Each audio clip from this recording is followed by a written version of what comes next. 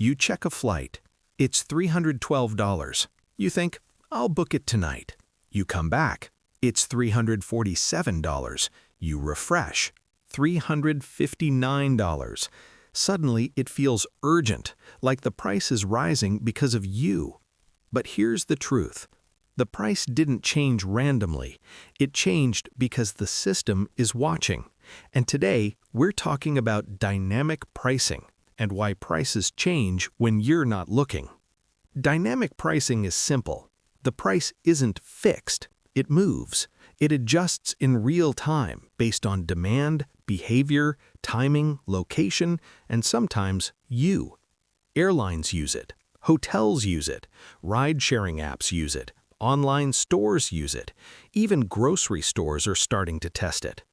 The price you see might not be the same price someone else sees at the exact same moment.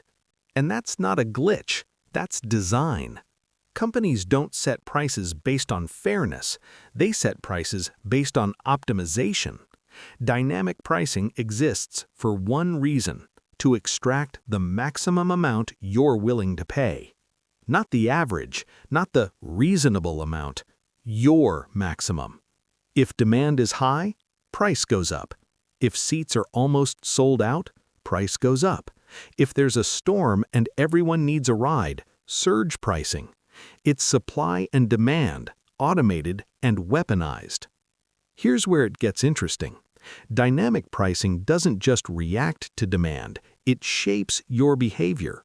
When you see only 2 seats left at this price, 12 people are viewing this right now, price increased 3 times today. That's not just information, that's pressure. It activates scarcity bias, loss aversion, urgency, FOMO. Your brain hates losing more than it loves winning. So when the price jumps, it doesn't feel like spending more, it feels like avoiding a loss, and you grab it, just in case. Now the uncomfortable question. Are prices changing because of you? Sometimes, yes. Websites can track your browsing history, how long you hovered, if you came back multiple times, what device you're using, your location. If you check a flight 5 times in a day, the system reads that as intent. High intent equals higher willingness to pay. Now, not every company raises prices individually, but personalized pricing is real. 2 people, 2 devices, 2 different prices. Not because of supply, but because of data. Airlines are masters of this. They use complex algorithms that adjust prices constantly based on remaining seats, time until departure, historical demand, competitor prices. Ride-sharing apps use surge pricing during rain, rush hour, events. Hotels change rates daily, sometimes hourly. Even e-commerce platforms test price elasticity. They show different price points to see who converts. You think you're shopping, but sometimes you're the experiment. Here's the tension. Dynamic pricing is economically logical, but emotionally it feels manipulative because we're used to fixed prices. We're used to fairness, same product, same price. Dynamic pricing breaks that illusion. It reveals something uncomfortable. Value isn't fixed, it's negotiable. And companies are negotiating in real time with algorithms. You can't fully escape it, but you can reduce its impact. Here's how.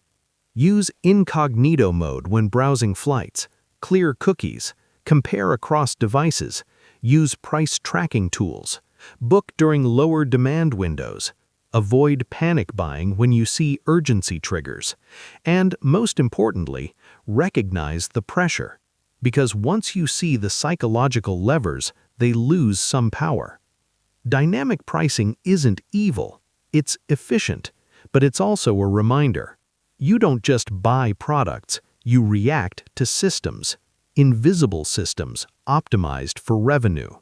And tomorrow, when you see a price jump after you hesitated, you'll feel that familiar rush, that subtle fear, that urgency, and even knowing all this, you might still fall for it, because the system isn't emotional. but you are.